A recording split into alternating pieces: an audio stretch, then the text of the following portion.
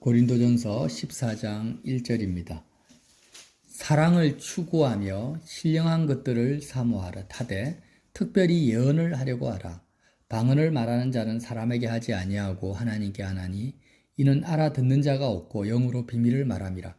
그러나 예언하는 자는 사람에게 말하여 덕을 세우며 건면하며 위로하는 것이요 방언을 말하는 자는 자기의 덕을 세우고 예언하는 자는 교회의 덕을 세우나니 나는 너희가 다 방언을 말하기를 원하나 특별히 예언하기를 원하노라. 만일 방언을 말하는 자가 통역하여 교회의 덕을 세우지 아니하면 예언하는 자만 못하니라. 12절입니다.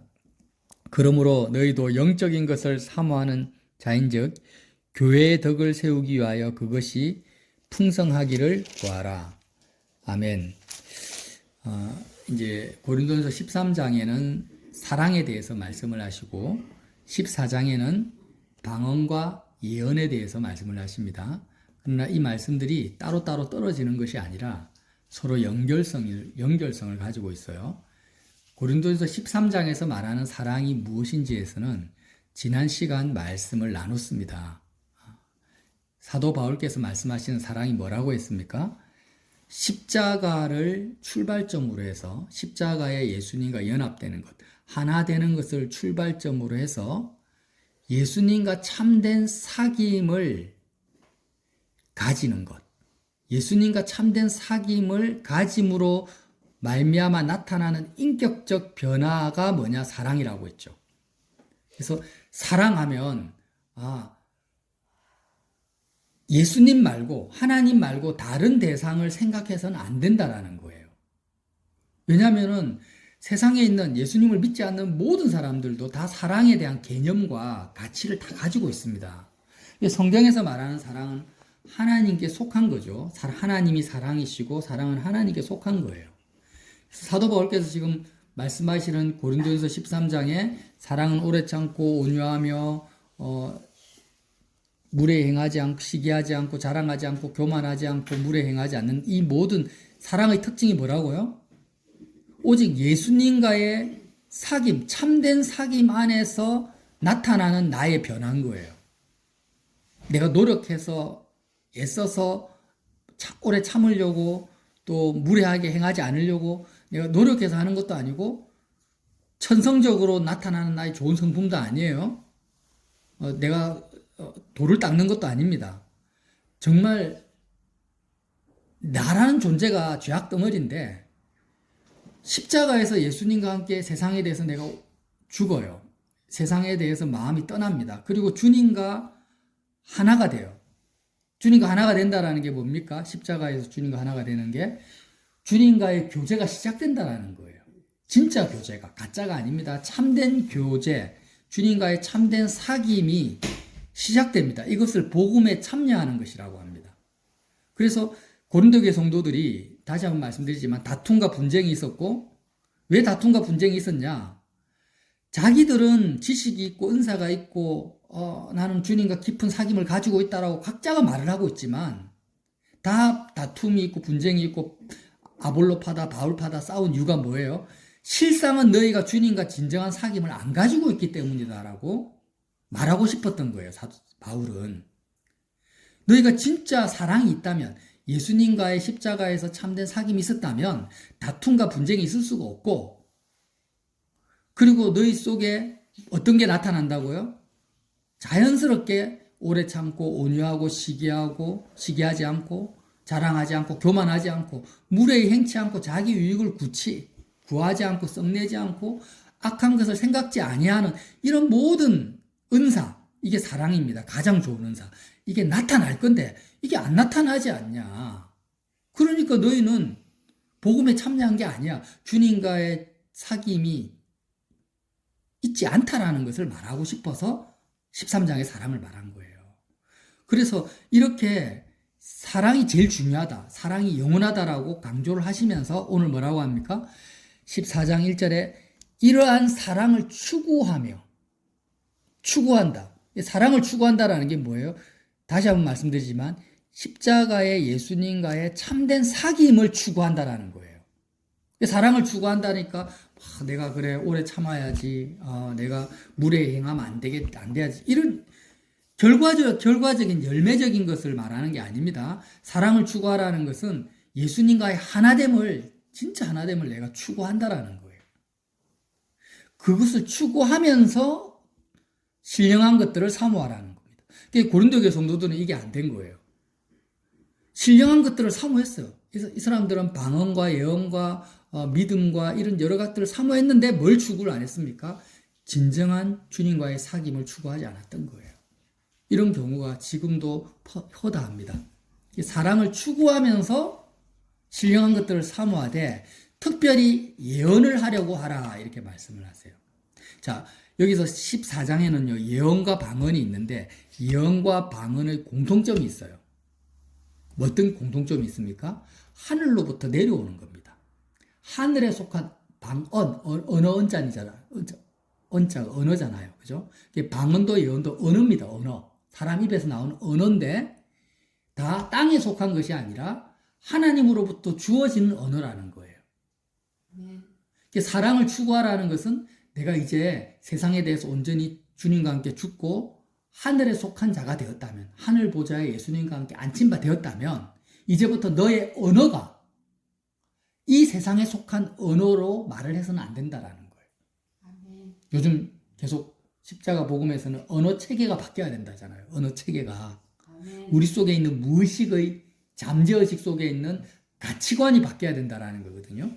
뭐 돈이 최고다, 세상의 오복을 추구하고, 내가 경제가 잘 돼야 건강해야 된다. 내가 시집장가 잘 가서 자녀들도 잘 돼야 된다. 이런 오복을 추구하는 것이 언어 체계란 말이죠. 세상의 언어 체계. 그러니까 방언과 예언을 첫 번째로 말씀하시는 이유는 너희가 정말 예수님과의 사귐이 유지되려면, 깊어지려면 이제 너 입에서 나오는 모든 언어가 너의 생각과 너의 판단 속에서 언어가 튀어나와서는 안 된다는 말이. 어떻게 해요? 하나님으로부터 받아서 하나님의 생각과 하나님의 뜻이 너 입을 통해서 나와야 된다는 거죠. 아멘. 근데 방언은 하나님과 나와의 1대1의 관계 속에서 하는 기도잖아요. 그러니까 나는 유익해요. 나는 유익하지만 다른 사람한테는 유익을 못 끼친단 말이에요. 근데 예언이라는 건 뭐예요?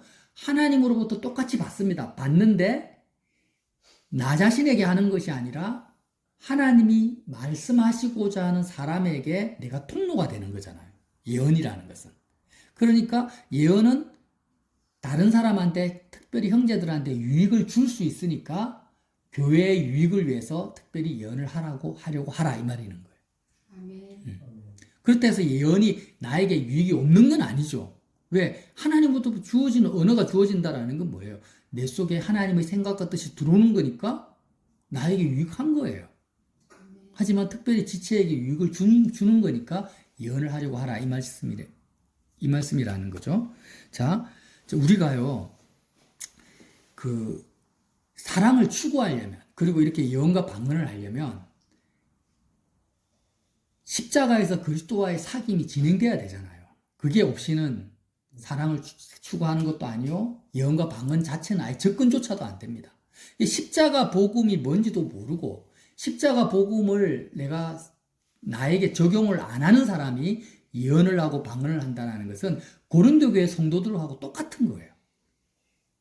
뭐예요? 다툼과 분쟁과 싸움이 있고 소리나는 천사의 말을 하고 사람의 방언을 할지라도 울리는 괭가리와 같은 거예요. 아무 소용이 없고 유익을 못 줘요.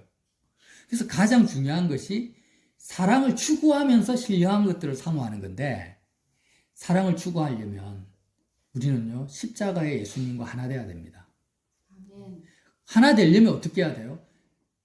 나 자신을 미워해야 된다고 했죠. 너무 중요한 거예요. 가장 자기를 부인하고 자기 목숨까지 미워하지 않으면 내 제자가 될 수 없다. 나를 따라올 수 없다. 나를 미워하는 것이 너무너무 중요한데 이게 안 되면 아예 첫 단추가 안 된 거예요. 아무것도 안 되는 거예요. 예수님을 믿는 것이 아니에요. 아멘. 나를 미워하지 않으면. 근데 우리는 본능적으로 나를 사랑하고 나를 좋아하고 나 자신을 보호 본능을 가지고 나를 변호하려고 하지, 누가 나를 비판하거나 나에 대해서 싫은 소리 하면 기분이 안 좋아지는 것이 본능이잖아요. 근데 나를 미워하는 게 그래서 힘든 거예요. 자, 어떻게 나를 미워해야 되냐? 예를 제가 전에도 우리가 몇 번 대화를 나눴지만 좀 실화 있잖아요. 제 아내가 대학교 때 CCC 사랑방 생활을 했단 말이에요. 그때 자매들끼리 같이 자취를 했는데, 공동체 생활을 했는데, 자매들이 한 4명, 5명씩 모여 살았어요. 근데 어느 저녁에 한 3, 4명이 이렇게 자매가 이렇게 안방에서 자고 있는데, 한 자매가 눈을 떴는데, 어떤 남자가 달빛에 얼굴이 이렇게 비치면서 그 자매들만 자고 있는 안방에서 구석에서 쪼그리고 앉아서 자고 있는 여자들 모습을 이렇게 탁 눈을 부라면서 보고 있는 거예요. 그때 한 자매가 눈을 떠서 그 남자의 눈하고 마주쳤어요. 얼마나 놀랬겠어요, 여러분. 그래서 막 비명을 콱 하고 질렀는데 그 미친 남자죠, 미친 남자. 남자가 갑자기 더 놀래가지고 2층이었는데 2층 창문으로 나가서 그냥 계단도 아니고 점프해가지고 떨어졌어요. 그 다리를 쩔뚝거리면서 도망갔단 말이에요. 그런 적이 한 2번 있었어요. 알고 보니까 그 남자가 정신이 좀 이상한 남자지. 그러면 20대 여자들 입장에 생각을 해보세요. 내가 그것도 안방에서 이렇게 자고 있는데 갑자기 좀 인기척이 나가지고 이상하다 싶어 눈을 떴는데 어떤 남자가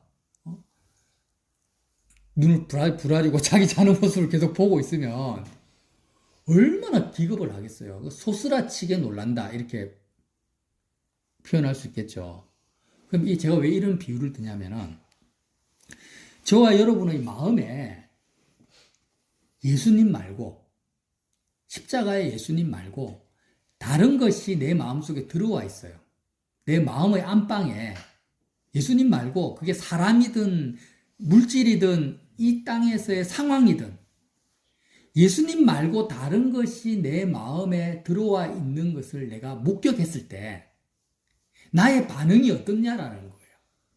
아, 내가 지금 세상에서 정말 출세했으면 좋겠다. 안정된 직장을 내가 가졌으면 좋겠다. 이런 마음, 이런 것들이 들어와 있단 말이에요. 내 마음속에. 그랬을 때 마치 살인 강도가 내 안방에 들어와 있는 것을 보고 눈빛을 마주치고 놀란 것처럼 놀라질 않아요. 우리는 놀라지 않고 오히려 환영을 합니다. 그걸 좋아해요. 더 원하고 간절히 바랍니다. 그런 나를 어떻게 하라고요? 미워하라는 거예요. 자기를 미워하라는 의미입니다. 사실 그게. 그러니까 하나님 말고 하나님만이 나의 창조주시고 나의 유일한 조음이시고 나의 생명을 주시잖아요. 근데 예수님 말고 내 마음속에 다른 강도예요. 예수님 말고는 전부 강도입니다. 강도. 그 사람을 정죄하는 게 아니에요. 자, 예수님이 예루살렘 성으로 들어갔습니다. 명절 때 들어갔는데 예수님이 뭐라고 합니까? 상을 덮으시면서 내 아버지의 집은 기도하는 집인데 너희가 강도의 소굴을 만들었다 이렇게 말을 해요. 그 말씀이 무슨 말입니까? 성전이라는 것은 사람의 마음, 하나님 자녀의 마음의 축소판이란 모델하우스란 말이에요. 근데 하나님만이 그 성전에 들어가면 뭐가 있습니까? 제단이 있잖아요. 제단이 어린 양의 제사를 지냅니다. 그래서 내 마음속에 성소와 지성소, 다른 우상이 들어와 있는 나를 어린 양과 함께 불태워버리고 어린 양의 피를 성소와 지성소에 뿌리고 제사장이 거기에 들어가잖아요. 거기 들어가면 분향단과 떡상과 등잔대가 있는데 그 모든 것이 뭘 상징합니까? 하나님으로 배부르고 하나님만이 영광을 받으시고 하나님께만 기도하는 그것을 상징합니다. 그리고 그 분향단 그 앞에 휘장이 있고 지성소 안에 법궤가 있는데 그 법궤는 여호와의 이름을 상징하잖아요.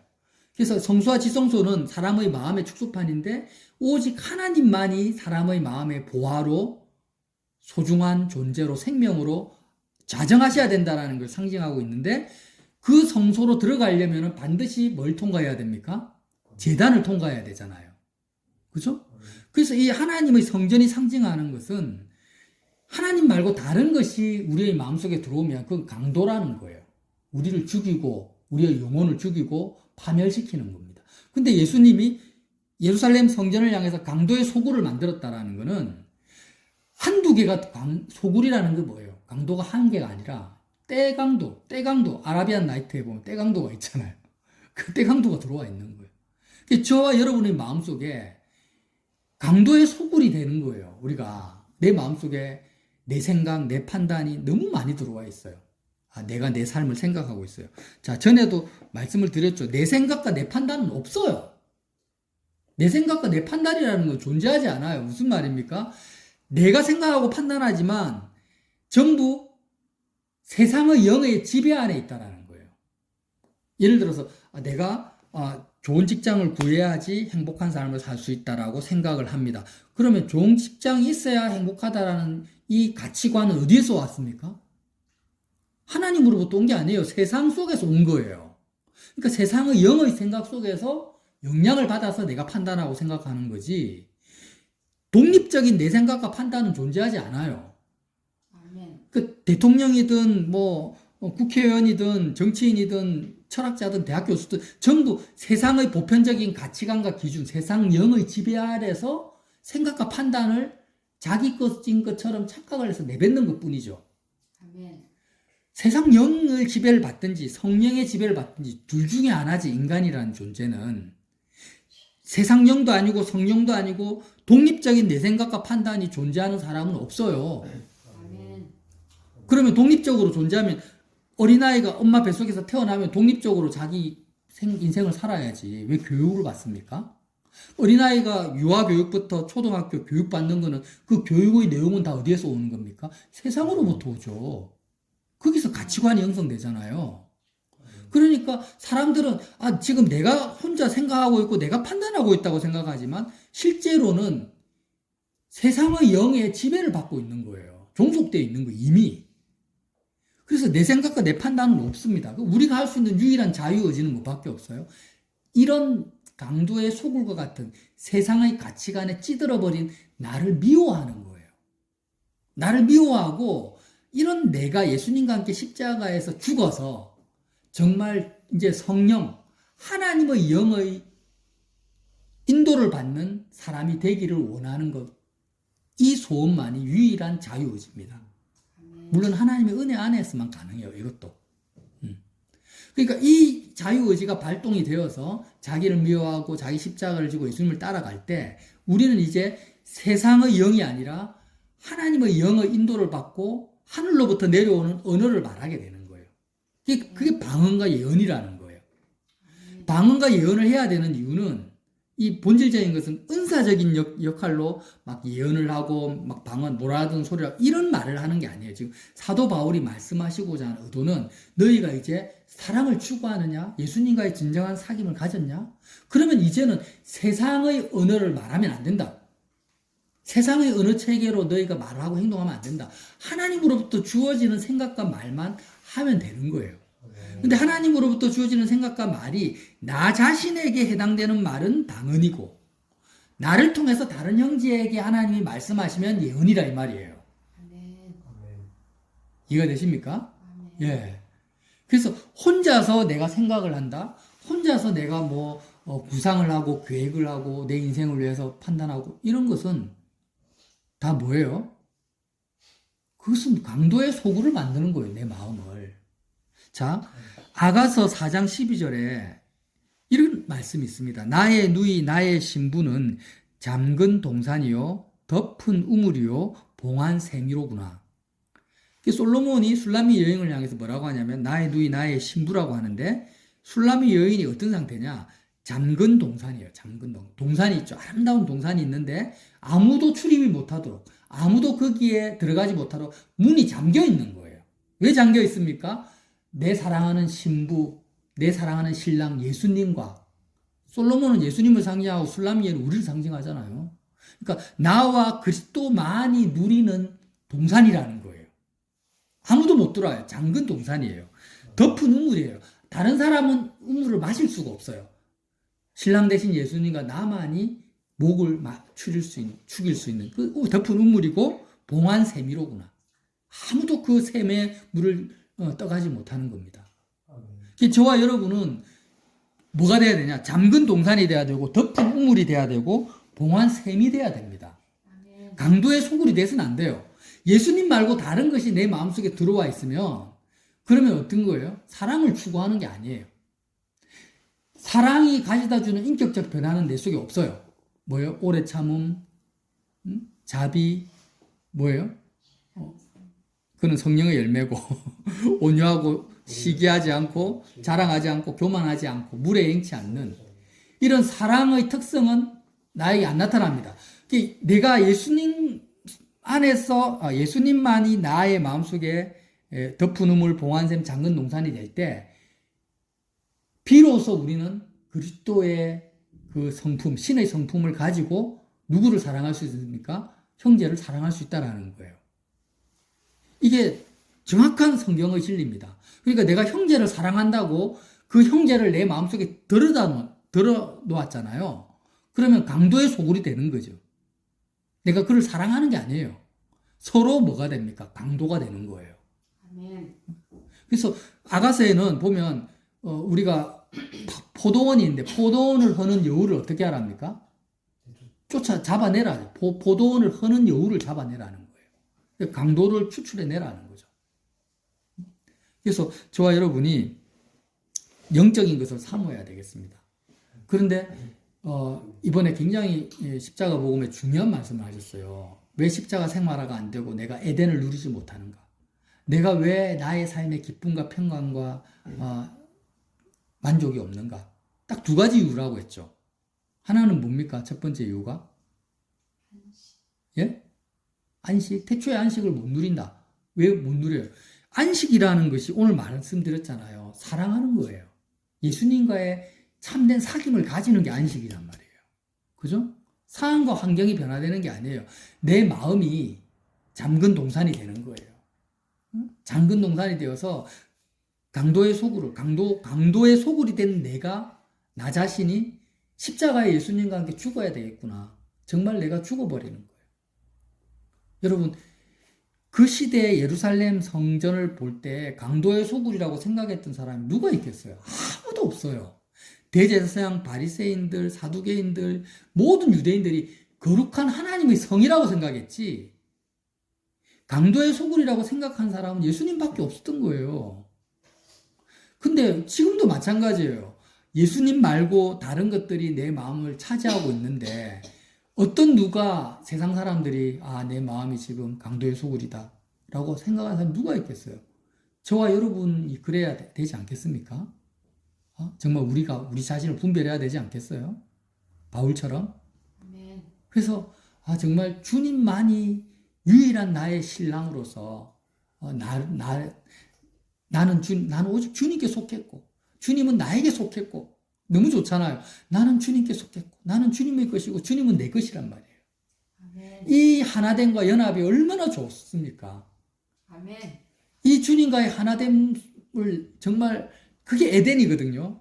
그 속에서 나는 정말 주님이 주시는 놀라운 생수의 강이 내 속에 흐르는데 그게 샘물입니다. 그게 운물이고 샘이에요. 근데 이 운물과 샘, 너의 마음에 생수의 강이 흘러 넘치는데 이 생수의 강은 봉한샘이고 덮은 운물이 되는 거예요. 예. 이것은 봉한샘 덮은 운물이라는 게 뭐냐? 이물질이 들어갈 수가 이물질이. 세상적인 것들이 여기에 들어갈 수 없다라는 거예요. 여기에는. 세상 가치관과 세상 언어체계가 들어갈 수가 없어요. 오직 하나님의 것, 예수님의 그 생수만이 나를 통해서 흘러 넘치는 거예요. 흘러 넘치는데 이것이 어떻게 되냐?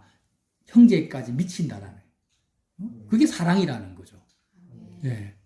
그렇게 덮은 우물 봉한 샘으로서의 나 자신이 아닌 나를 미워하는 거예요. 지금 내 마음을 보니까 세상 것들이 너무 많아. 정말 나는 이런 나로서는 나는 살 수가 없어. 빨리 이런 내가 통째로 십자가에서 내가 불태워 죽어야 되겠다 하고 십자가에서 예수님을 꽉 끌어안고 그리스도의 죽음을 내가 먹고 마시는 것, 이게 주님과의 사귐의 첫 단추라고 했어요. 첫 출발점이라고 했어요. 이렇게 주님과 연합이 이어질 때 두 번째 태초의 안식을 내가 누릴 수 있게 있잖아요. 태초의 안식을 누리게 돼요. 정말 주님 주신 안식을 누리는데 두 번째 십자가의 기쁨을 못 누리는 이유는 뭐라고 했습니까? 네? 호흡이 안 된다. 오늘 예언과 방언을 말하는 거예요. 다른 말로 하면 하나님으로부터 오는 언어가 내 속에 들어오지 않고 계속해서 세상의 그 가치관, 세상의 언어 체계가 내 속에 이미 들어와 있어. 내가 예수님만이 나의 유일한 생명이다라, 나에게 유일한 기쁨이다. 이게 딱 자리를 잡고 있어야 되는데 내 마음의 깊은 영역에는 그래도 돈이 있어야지. 그래도 내가 친구가 있어야지. 그래도 내 인생이 이렇게 돼야지. 세상에 뭔가가 있어야 되지라는 그 언어가, 세상의 언어가 이미 내 속에 들어와 있는 거예요. 그래서 또 예수님을 잃어버려요. 예수님이 그랬죠. 나는 양의 문이다. 나를 통하지 않고 들어오는 것은, 출입하는 것은 다 뭐예요? 강도고 도둑이라는 거예요. 아멘. 이해가 됩니까? 예수님의 십자가를 통과해서 들어오지 않는 것은 그게 뭐가 됐든지 간에, 가족이든 친구든 뭐가 됐든지 간에 다 뭐라고요? 강도고 도둑이라는 거예요. 아멘. 이것만 되면 우리가 정말 세상 가치관이 내 속에 다 날아가 버렸어. 소멸돼 버렸어요. 세상의 사람들이 생각하는 그런 좋다는 것들, 실제로는 뭐라고요? 강도라는 거. 강도. 소스라치게 놀래야 돼. 내가 몸이 아파. 그러면 내가 자동적으로 우리는 생각나. 빨리 나는 건강했으면 좋겠다. 그런 나를 보고 내가 소스라치게 놀라야 돼. 깜짝 놀래. 기겁을 해야 돼. 그게 자기를 미워하는 거예요. 내가 친구를 만났는데 친구가 막 외제차를 타고 너무너무 출세해서 나를 만나요. 부럽다.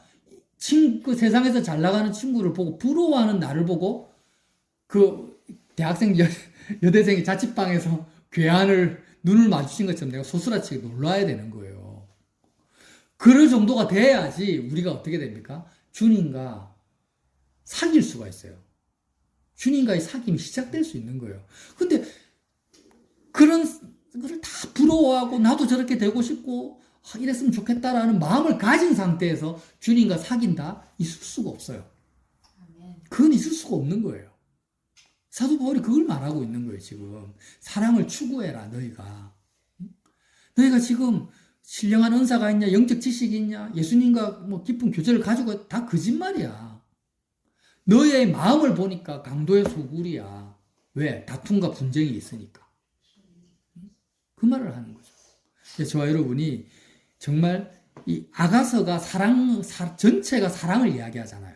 고린도전서 13장이 사랑을 이야기하잖아요. 핵심이 뭡니까? 하늘로부터 주어진 것만을 내 마음속에 담아야 된다. 방언과 예언. 그리고 내가 말해야 된다.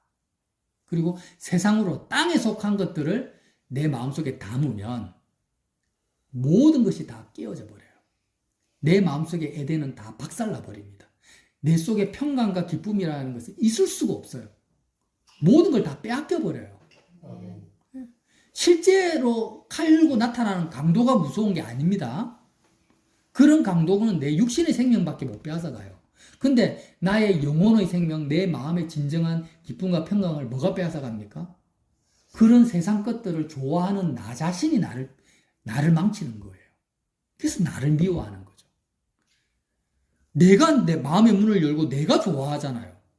강도는 내가 싫어하는데 억지로 문을 따고 들어온 게 강도고, 진짜 강도는 뭐예요? 세상 것들을 좋아하는 것은 내가 문을 열어주고 내가 초청장을 보내, 내가 끌어당기는 거잖아요. 누가요? 내가. 그런 나를 미워하라는 거예요. 아멘. 그걸 미워하지 않고 예수님과 사귈 수는 없어요. 저와 여러분이 이 말씀을 고린도 교회를 향한 사도 바울의 말씀이 바로 나 자신을 향한 말씀으로 받아들여서 진정한 사랑 속에서 진정한 예언과 방언을 하실 수 있는 우리 모두가 되시기를 예수님 이름으로 빌어드립니다. 아멘.